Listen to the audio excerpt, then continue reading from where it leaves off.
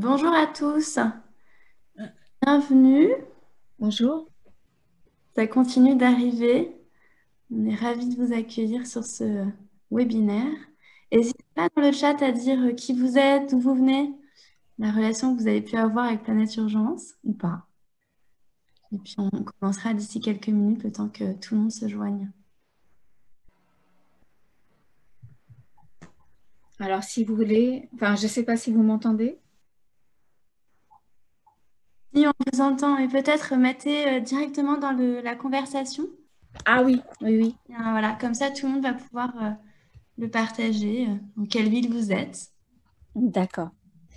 Donc moi, je vais le mettre aussi dans la conversation, mais voilà, je suis de Paris, en fait, voilà, Paris, et je travaille, je ne sais pas si vous connaissez l'INSERM, qui est un centre national de recherche pour la santé, et voilà, et je suis donc très intéressée par cette réunion, on va dire. Voilà. Super, et bien, bienvenue. Merci. Et tous ceux qui nous ont rejoints, il y a déjà une trentaine, n'hésitez pas à mettre dans la petite conversation de groupe. Donc, vous avez en bas de votre écran un petit icône qui s'appelle Converser. Et vous pouvez mettre du coup à droite et envoyer à tout le monde votre prénom et d'où vous venez.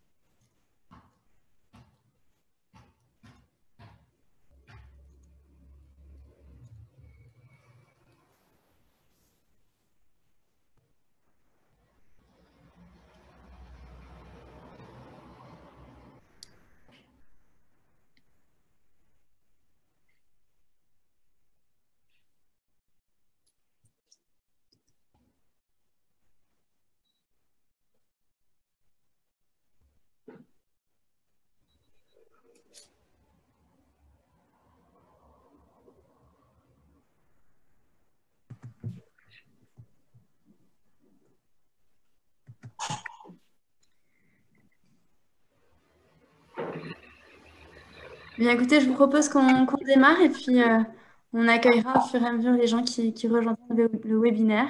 Donc, bonjour à tous et à tous. Soyez les bienvenus sur ce troisième webinaire où nous allons partager une nouvelle histoire d'arbres, de forêts, d'humains. Moi, je suis Amandine Hersan, directrice générale de l'association Planète Urgence. Et puis, je suis accompagnée spécifiquement aujourd'hui de Yuyun en direct de l'Indonésie. Bienvenue, Yuyun. Hello, everyone. Good morning. Thank you very much, Amandine, and everyone. I'm happy to be here. I'm Yuyun Kurniawan from Indonesia. I'm Asia Director for Planet Ujong. I'm based in Kalimantan, part of the Borneo Island. Thank you, Amandine. Et puis, je salue également Héloïse, Anaïs, Chloé et Tias qui nous ont aidés à préparer ce webinaire, qui ont envoyé toutes les invitations et qui se sont assurés que vous aviez tout en main pour pouvoir apprécier ce moment-là. Merci, merci les filles. Aujourd'hui, on voulait vous parler du lien intime entre forêt et biodiversité. Donc, on a eu plusieurs webinaires auparavant. On est rentré dans différents sujets. Et donc, aujourd'hui, on avait envie de parler avec vous de biodiversité et d'un tout nouveau projet en Indonésie. On va donc passer une trentaine de minutes à vous parler biodiversité et puis à vous parler de ce projet qui est le projet Merci. Et puis, on vous proposera à la fin un temps de questions-réponses, que je sais que c'est un moment qui est important pour qu'on puisse échanger, que vous puissiez aussi poser toutes les questions que vous pouvez avoir. Donc, j'ai des infos pratiques à vous partager en ce démarrage de webinaire. Vous avez entendu Yuyun, il parle bahasa anglais, mais pas forcément français. Et on n'est pas tous très à l'aise avec la langue de Shakespeare. Donc, on a prévu de mettre dans la partie conversation, justement, des traductions en direct quand Tuyun parlera. Et puis, moi, je pourrais aussi faire les traductions sur les questions-réponses s'il y a besoin. Voilà, donc on va essayer de s'organiser comme ça. C'est la première fois qu'on le fait en 2 langues, mais c'est le côté aussi international de Planète Urgence. Vous avez normalement tous votre micro coupé. Je pense que les filles ont coupé tous les micros. Si vous avez des questions, n'hésitez pas à les poser aussi dans cet espace de conversation. On va tenter d'y répondre soit au fur et à mesure, soit à la fin.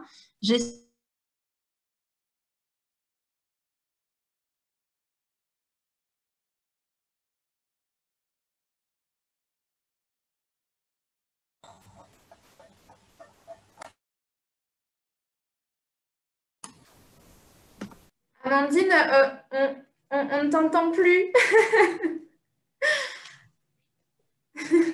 Bon, je me suis arrêtée où? Voilà, c'est bon. Tu étais en train de parler justement des micros qui étaient coupés. Donc, évitez de couper mon micro entre-temps. Mais effectivement, si vous avez besoin de poser des questions, n'hésitez pas à aller sur le groupe, la conversation de groupe, pour pouvoir les poser. On essaiera d'y répondre. Si on n'arrive pas à répondre à tout, on prendra les questions et puis on mettra quelques messages quand on vous enverra les slides du webinaire. Voilà, et puis si vous êtes un grand fan des canaux digitaux, des réseaux sociaux, vous pouvez aussi poster vos découvertes du jour sur Twitter, @PlanèteUrgence. Voilà, donc alors qui est dans la salle aujourd'hui, si ça vous intéresse, s'il y a des donateurs de Planète Urgence, il y a des gens qui sont partis en mission en tant que volontaires avec Planète Urgence, il y a des entreprises qui nous soutiennent ou qui veulent se renseigner pour nous soutenir. En tout cas, on est tous ravis de vous accueillir pour passer ce moment ensemble. C'est une vraie joie pour nous. Donc, merci. Merci d'avoir accepté cette invitation. Pour ceux qui connaissent peut-être pas encore bien Planète Urgence, je vais en parler en 2 minutes. C'est une association qui a 20 ans cette année, donc c'est un grand anniversaire qu'on ne peut pas fêter malheureusement dans le contexte actuel, mais on en est ravis. Donc 20 ans pour agir auprès des hommes et des femmes, 20 ans pour leur donner les capacités d'agir pour une planète plus solidaire et plus durable. On a un pari chez Planète Urgence, c'est que la planète continuera d'exister avec ou sans les hommes, et que nous, notre responsabilité à notre petite mesure, c'est de faire que les hommes puissent vivre plus durablement, plus dignement sur cette planète que nous partageons tous. Et à chaque fois, on le fait à travers 3 leviers. On va travailler sur la sensibilisation à l'environnement, parce qu'on est convaincu qu'on ne protège pas ce qu'on ne connaît pas et ce qu'on n'aime pas. On va travailler sur des programmes de restauration d'écosystèmes, de préservation de forêts et de biodiversité. Et puis, on va travailler aussi sur le développement local des communautés, puisque si les hommes qui vivent à proximité de ces écosystèmes fragiles ne sont pas en capacité de vivre correctement, et les écosystèmes ne survivront pas aux alentours. Voilà, donc on apporte une réponse assez complexe, assez multiple à une problématique qui est de toute façon complexe et multiple, où il ne faut pas avoir une seule réponse, mais il faut bien prendre le problème dans toutes ses dimensions. Donc, c'est ça qu'on fait chez Planète Urgence. Alors aujourd'hui, on vous a promis de vous parler de biodiversité. Et biodiversité, c'est intéressant de comprendre un peu plus ce qu'il y a derrière. Quand on parle de biodiversité, c'est quoi? En fait, c'est l'ensemble des milieux naturels et des formes de vie. Donc les formes de vie, ça peut être des plantes, des animaux, des humains, des champignons, des bactéries. Et c'est aussi toutes les interactions qu'il y a entre ces formes de vie qui existent. Quand on parle de biodiversité, en fait, il y a 3 niveaux différents. Le premier niveau, c'est la diversité des milieux de vie. Donc, typiquement, ça peut être des océans, des prairies, des forêts. Ça peut être aussi la mare que vous avez peut-être au fond de votre jardin. Il y a aussi la diversité des espèces, y compris d'ailleurs l'espèce humaine. Et ça, c'est les espèces qui vont vivre dans ces milieux et qui sont en relation les unes avec les autres à travers de la prédation, à travers de la coopération, par exemple. Et puis, il y a une diversité qu'on oublie parfois, c'est la diversité des individus. On est tous différents. Je suis différente de Élise, de Victoria, qui en partageait tout à l'heure. On est tous différents, et c'est ça aussi la diversité. C'est nos ADN, finalement, qui sont tous uniques, une diversité génétique unique. Aujourd'hui, dans le monde, attendez, attendez-vous à être surpris, il y a 1,8 million d'espèces différentes qui ont été découvertes. 1,8 million d'espèces différentes. On en découvre tous les ans à peu près 15 000 des nouvelles espèces. Et les scientifiques estiment qu'il y a entre 5 à 100 millions d'espèces qui peupleraient notre planète. Donc, on a un potentiel de découverte encore énorme. Et nous, l'espèce humaine, on est une espèce parmi toutes ces espèces. Ça, c'est intéressant d'avoir ces chiffres-là en tête quand on parle de biodiversité. Donc, on vient de voir cette richesse de la biodiversité. Et la question, c'est quoi le lien avec les forêts? Ben, le lien avec les forêts, il est assez simple et il est assez crucial. On a la forêt qui abrite 80% de la biodiversité mondiale terrestre. 80% de la biodiversité terrestre vit dans les forêts. Et les 2/3 de celles-ci se retrouvent dans les forêts tropicales. Donc, c'est toute la zone, dont l'Indonésie, le bassin du Congo et la partie Amérique latine. Donc, si on prend un exemple très concret, 1 hectare de forêt, c'est à peu près la taille d'un terrain de football. Il y a à peu près 150 espèces d'arbres qui vont y vivre dans les forêts tropicales et une quinzaine seulement dans les espaces tempérés comme nos forêts françaises. Donc, il y a une richesse extraordinaire de biodiversité dans les forêts et encore plus dans les forêts tropicales. L'enjeu et le souci sur lequel nous, on est confronté tous les jours, et vous l'avez vu de façon assez importante depuis 2 ans, c'est que les forêts, elles disparaissent. Elles disparaissent petit à petit. Entre 2015 et 2020, on estime que le taux de déforestation s'est élevé à 10 millions d'hectares par an. Alors 10 millions, ça paraît pas beaucoup. C'est à peu près la taille de la Belgique plus des Pays-Bas rassemblés. Donc la première cause de cette déforestation, c'est l'éradication des forêts par l'agriculture industrielle. Ça va être la nourriture pour le bétail, le soja notamment, ça c'est le gros souci sur l'Amérique latine. Ça va être l'huile de palme sur les territoires comme l'Indonésie, mais aussi une agriculture qui va être plus locale, plus localisée. Et aujourd'hui, on estime que 40% de la déforestation a été liée à cette agriculture. Donc, au-delà des impacts qu'on va avoir sur la déforestation, sur l'érosion des sols, sur le changement climatique, on a aussi un impact majeur sur la biodiversité, puisque si la biodiversité vit majoritairement dans les forêts, quand on supprime les forêts, on a un impact énorme sur les espèces végétales, les espèces animales, mais aussi les espèces fongiques qui s'éteignent. Et puis celles qui restent, elles ont des espaces beaucoup plus restreints sur lesquels vivre, d'où l'enjeu de compétition accrue à la survie des espèces. Vous avez peut-être d'ailleurs entendu parler de la 6e extinction de masse. Ça doit vous parler. Donc, les scientifiques alertent en fait sur cette extinction qui est en cours, qui est massive. Et on dit 6e, et en fait, la 5e, donc la dernière, c'était il y a 65 millions d'années. C'était celle des dinosaures. Donc, on a un niveau d'extinction qui est extrêmement important, extrêmement inquiétant. Et on estime, enfin les scientifiques estiment qu'il y a 1 million d'espèces animales et végétales qui seraient aujourd'hui en danger d'extinction sur la planète. Voilà, ça c'est les faits. C'est pas très positif, c'est pas très glorieux, mais ça nous aide à comprendre où est-ce qu'on en est, les enjeux, et se situer dans le réel en fait, puisque quand on doit agir sur des terrains d'intervention, il faut qu'on comprenne où est-ce qu'on en est et où sont les leviers d'action. Et donc, du coup, c'était ça qu'on voulait vous proposer, c'était de comprendre pour que maintenant on puisse se mettre en action. Se mettre en action individuellement, ça va être vous par vos achats alimentaires et la réflexion sur les impacts sur la déforestation importée que vous pouvez avoir. Et c'est aussi chacun d'entre nous sur comment est-ce qu'on contribue à préserver et à restaurer ces forêts. Et donc là, on va vous proposer avec Yuyun de partir en Indonésie, sur un de ces territoires où on fait de la restauration forestière. Du coup, si vous êtes dans un contexte qui vous le permet, vous pouvez fermer les yeux quelques secondes ou au moins respirer. Je propose de respirer et puis de vous imaginer sur un bateau en bois. Un bateau qui avance à vive allure dans une chaleur étouffante et humide. Il fait à peu près 30 degrés aujourd'hui en Indonésie. C'est humide parce qu'on est en pleine saison des pluies. Et puis, vous voyez au loin des villages sur pilotis de bois, des pêcheurs dans des barques et surtout des drôles d'arbres qui semblent danser sur l'eau. Ces arbres, ce sont les mangroves. Donc, bienvenue en Indonésie. Yuyun, tu nous accueilles dans ton pays? Yeah, thank you. Thank you, Amandine, for the introduction about the biodiversity and also the Indonesia context and also environment in global. So, first of all, I would like to thanks for all of you participating in this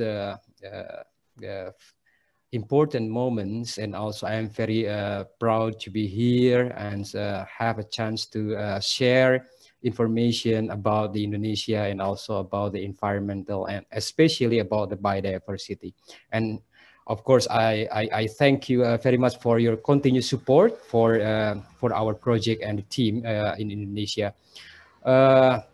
Here I would like to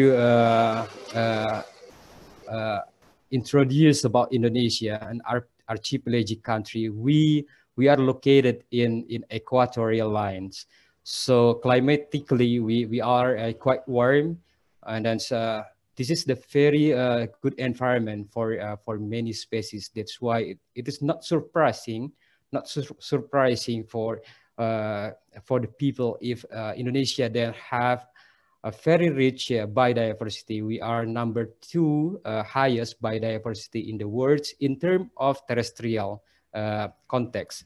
But because Indonesia also the highest archipelagic country, we have 17,000 islands. So if we combine the biodiversity in the land, on the land, in terrestrial, and also with the marine biodiversity, Indonesia become number 1, the highest biodiversity globally.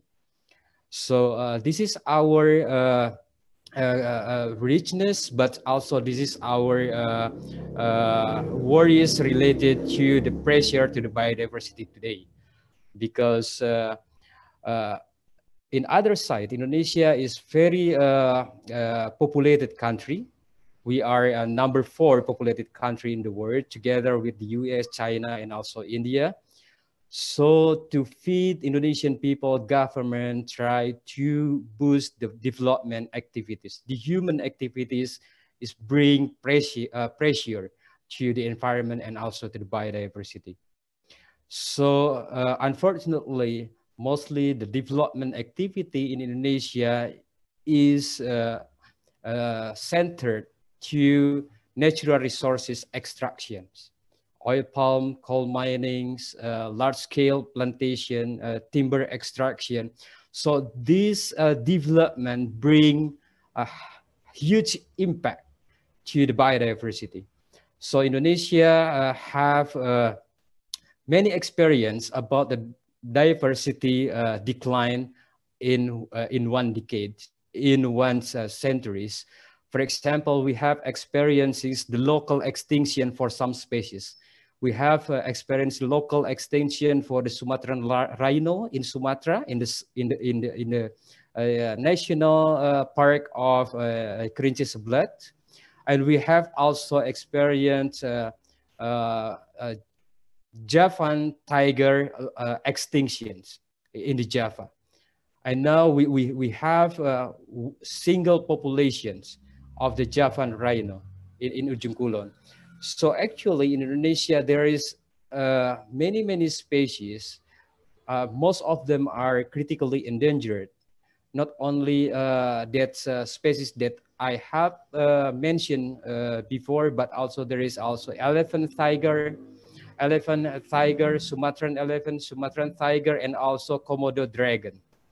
The Komodo dragon and Javan rhino is part of prehistoric species that being the World Heritage for now, because the Sumatran rhino, Javan rhino, and the dragon, the species exist before the humans. So this is a very important, and this is we will have the big loss if those species extinct. And then today, the pressure to the species getting increased by day because the climate change, the changing of the temperature in the earth, giving additional threat to the biodiversity.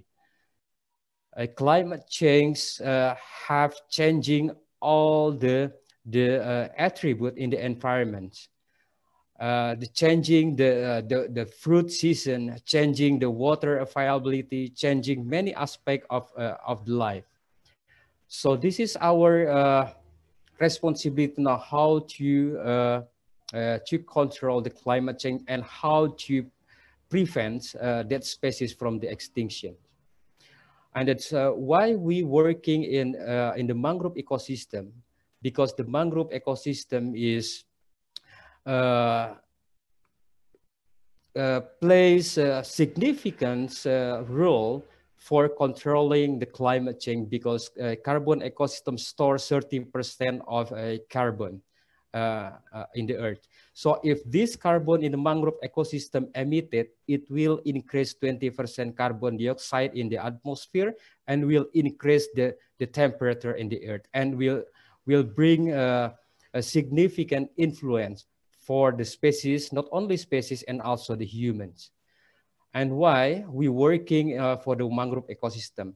The question then is why we working for the mangrove ecosystem in Ujung Kulon? Because the mangrove ecosystem in Ujung Kulon is very, very important for the Japan rhino, because the mangrove ecosystem is part of the Japan rhino, the most critical species on the planet today. The population of the Japan rhino now only 74 individual globally, and only exists in Ujung Kulon National Park.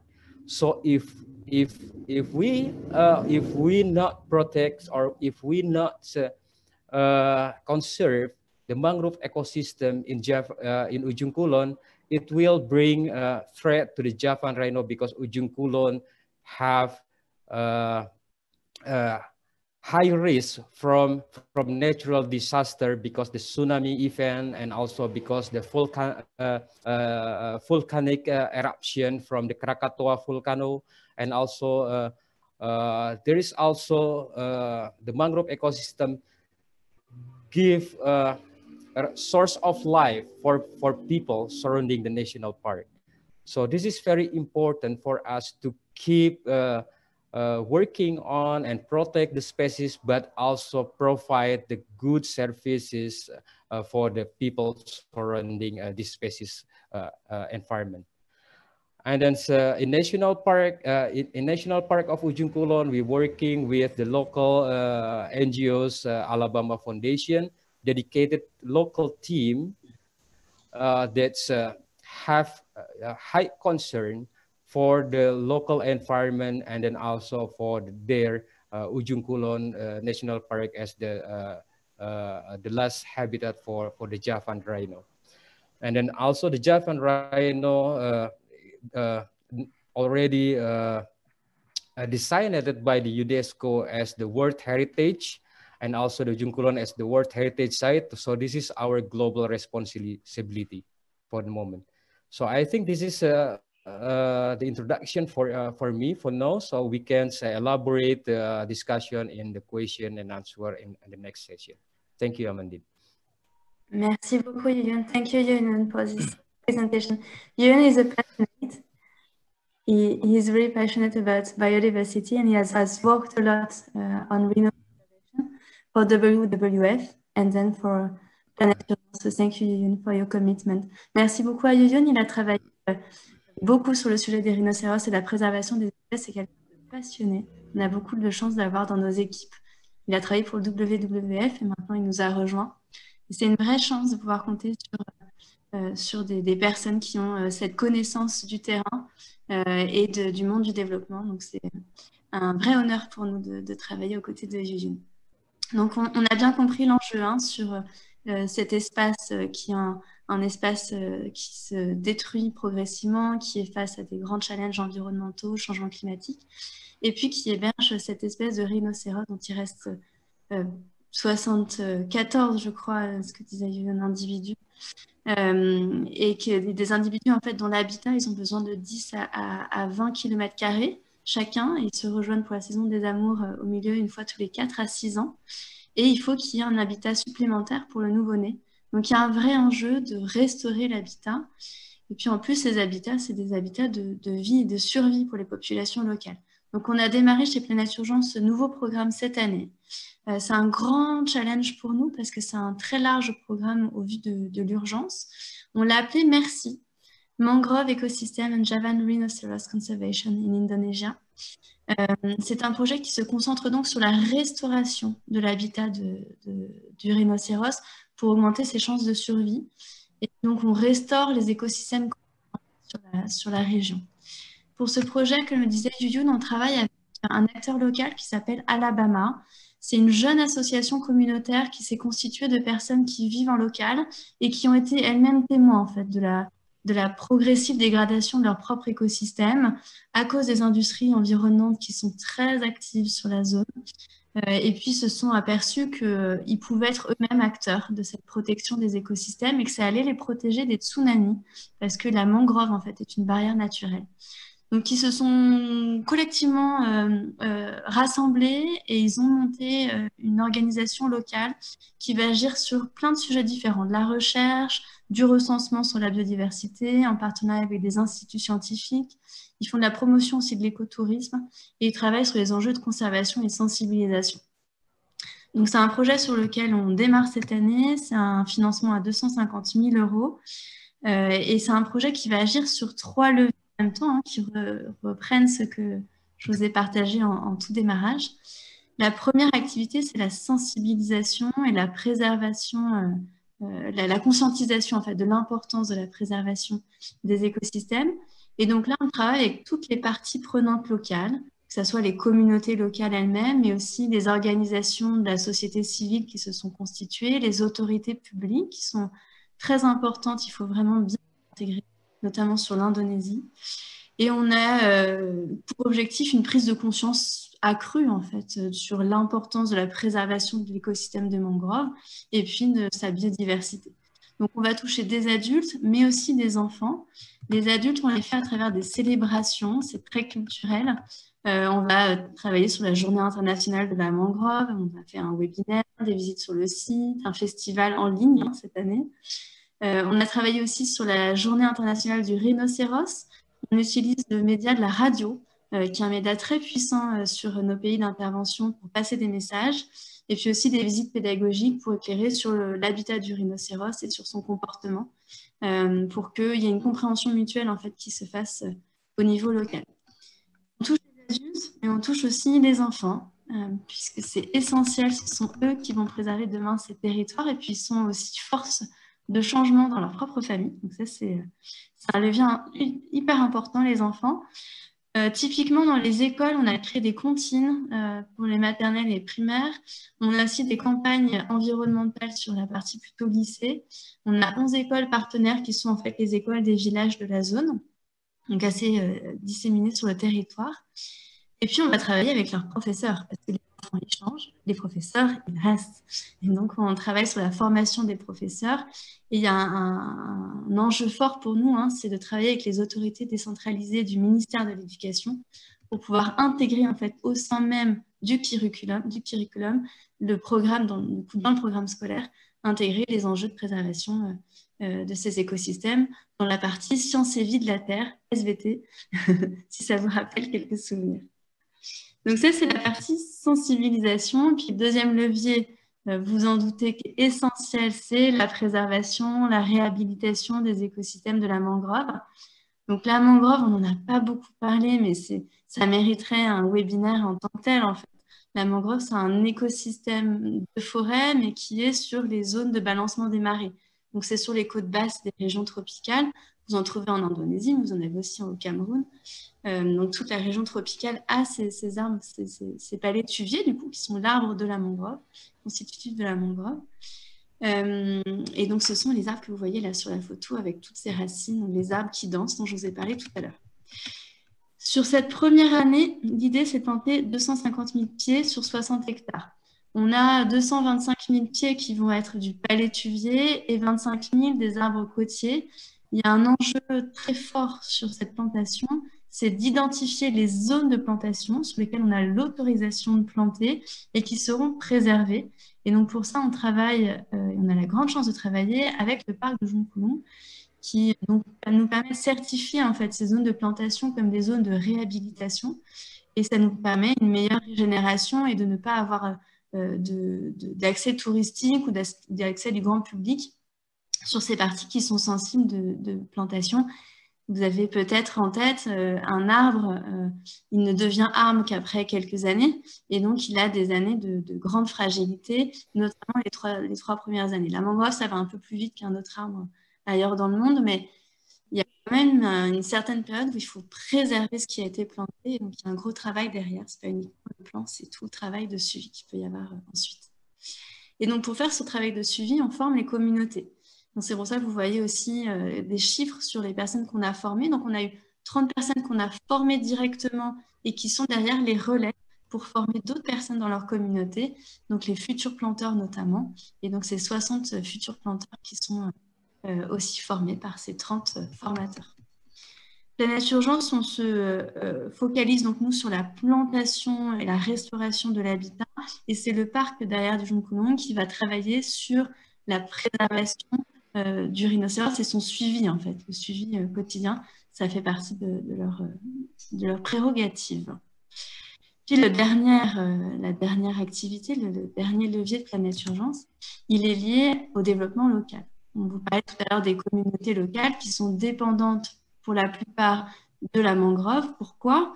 Parce qu'en fait, la mangrove, ça héberge un nombre de poissons, une biodiversité marine très importante qui permet d'avoir accès à des revenus via la pêche ou alors une nourriture quotidienne via la pêche. Donc, il y a une connexion très forte qui doit se faire entre le projet et les populations locales. Si les mangroves disparaissent, les populations locales vont être en grande difficulté. Et ça, il faut qu'elles, un, le comprennent. Et puis, deux, il faut qu'elles sachent comment elles peuvent agir pour elles-mêmes le préserver dans la durée. Parce que Planète Urgence, on est là à un temps T. On ne sera pas là dans 20, 30 ans. C'est aux populations elles-mêmes de prendre en main ce suivi-là. Donc, on travaille avec ces pêcheurs pour les aider à gagner en résilience, à vivre plus durablement la pêche. Et on le fait notamment sur le sujet du crabe. Là, vous voyez la photo d'un crabe qui est très spécifique de la zone et qui vaut assez cher sur les marchés. Donc, c'est très, très recherché. Et néanmoins, il faut savoir comment je vais pouvoir lui faire grandir pour pouvoir avoir des revenus supplémentaires. Et donc, me dire qu'effectivement, il faut protéger les mangroves parce que c'est là où vivent les crabes et c'est là où je vais pouvoir, moi, gagner de l'argent en tant que pêcheur. Voilà, je vous ai donné les très grandes lignes. C'est un projet, on pourrait en parler très longtemps, mais on voulait aussi avoir du temps avec vous pour pouvoir échanger ou pour poser vos questions. Ce que je voulais vous dire pour terminer, c'est déjà un grand merci parce que les équipes qui sont sur le terrain, elles travaillent tous les jours auprès des communautés, sur les plantations, les zones de plantation, etc. Et c'est important pour elles de savoir qu'il y a un soutien global derrière, qu'il y a des gens qui sont intéressés par ce qu'ils font, qui mettent de la valeur aussi dans ce qu'ils font. Et puis merci à tous nos donateurs. Sans vous, on ne pourrait pas mettre en place ces programmes-là. Donc, c'est essentiel. Je sais qu'il y en a qui sont déjà très impliqués sur le 1 euro, 1 arbre. Donc, c'est une façon très simple de financer. Derrière cet euro et derrière cet arbre, vous avez vu toute la richesse de ce qu'il y a. Si vous êtes intéressé, vous n'êtes pas encore donateur, vous pouvez aller directement sur le site internet. Chaque don, pour rappel, c'est 66% de déduction fiscale. Donc, quand on doit faire un don de 100 euros, ça nous coûte 34 euros après défiscalisation. On l'oublie parfois, mais c'est une vraie chance qu'on a en France. Et puis, s'il y a des entreprises qui sont intéressées pour s'engager à nos côtés, on en serait ravis.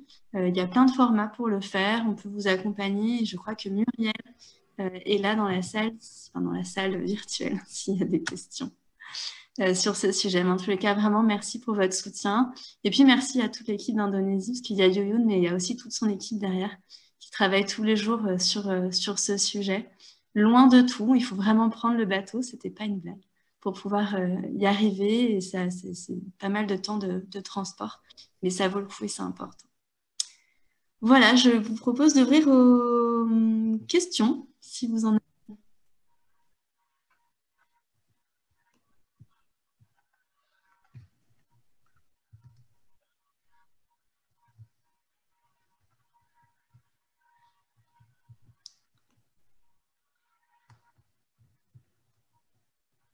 N'hésitez pas, on est là pour ça. On est à votre écoute.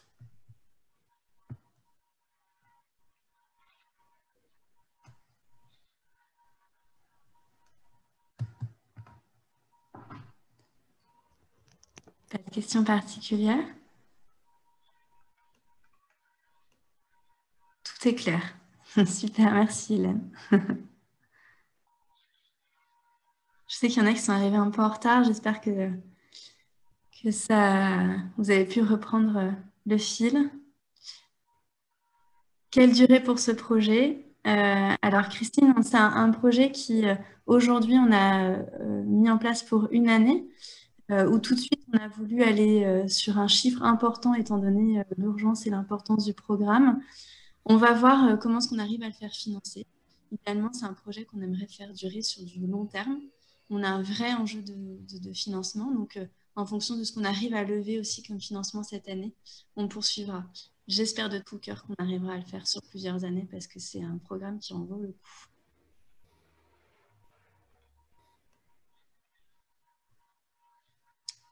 Est-ce que vous avez d'autres questions ou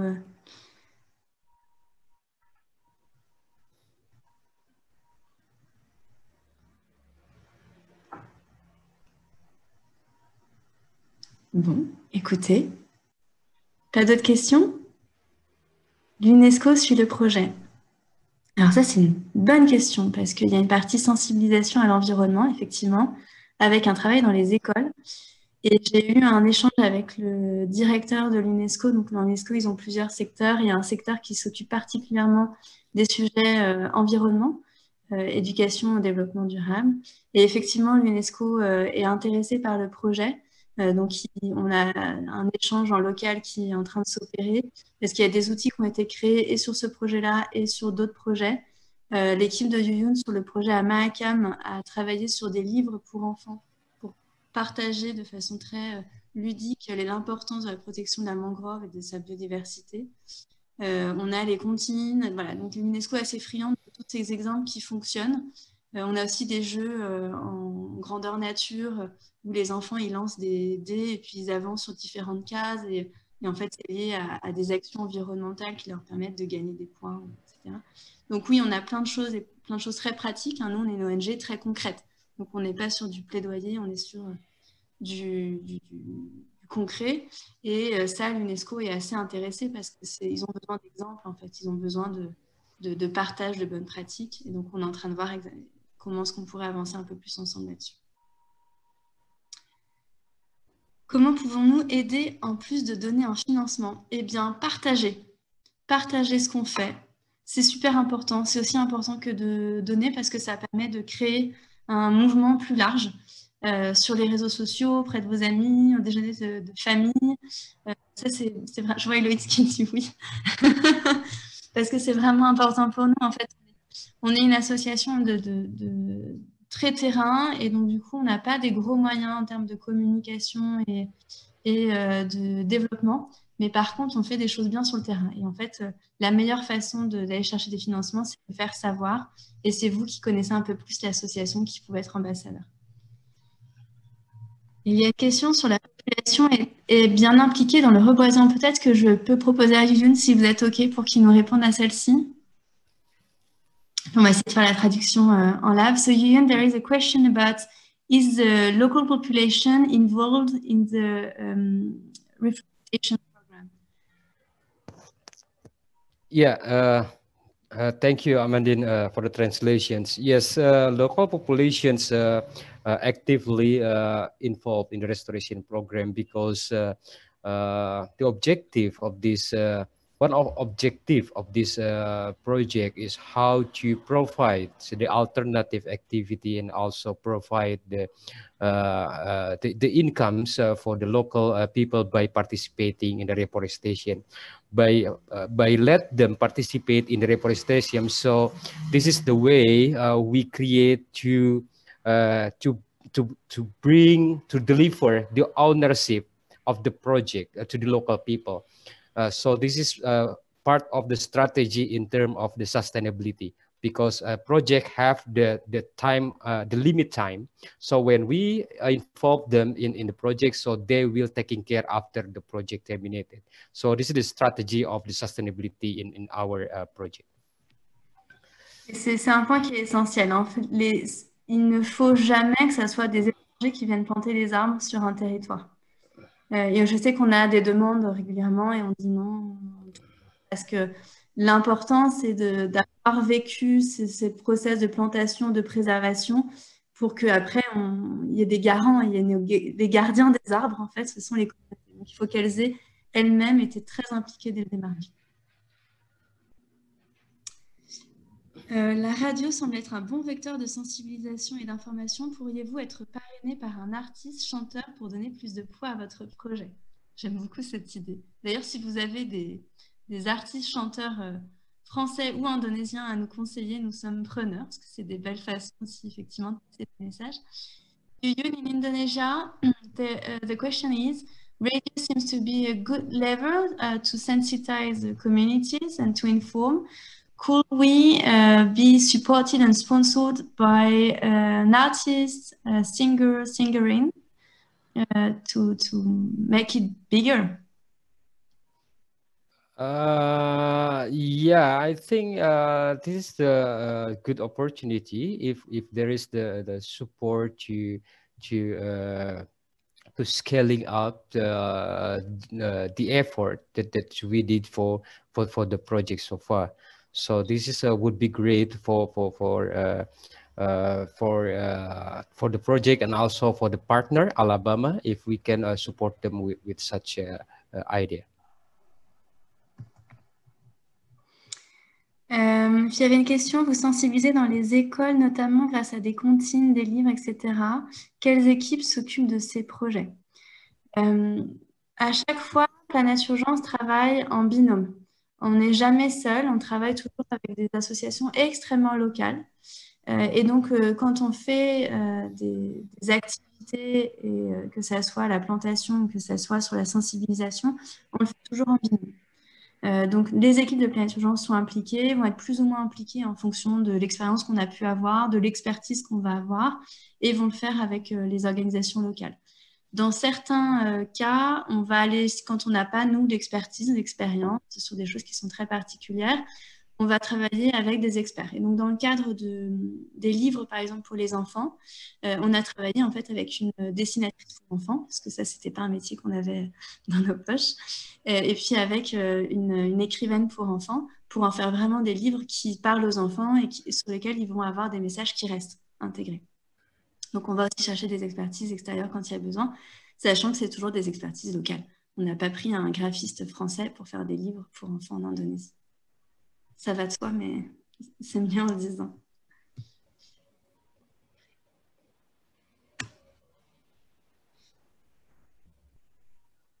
Bah, écoutez, je vois qu'il n'y a plus de questions, hormis si quelqu'un a envie de lever la main pour une toute dernière. J'ai l'impression que j'ai essayé de faire le tour, j'espère. Je tiens à vous remercier.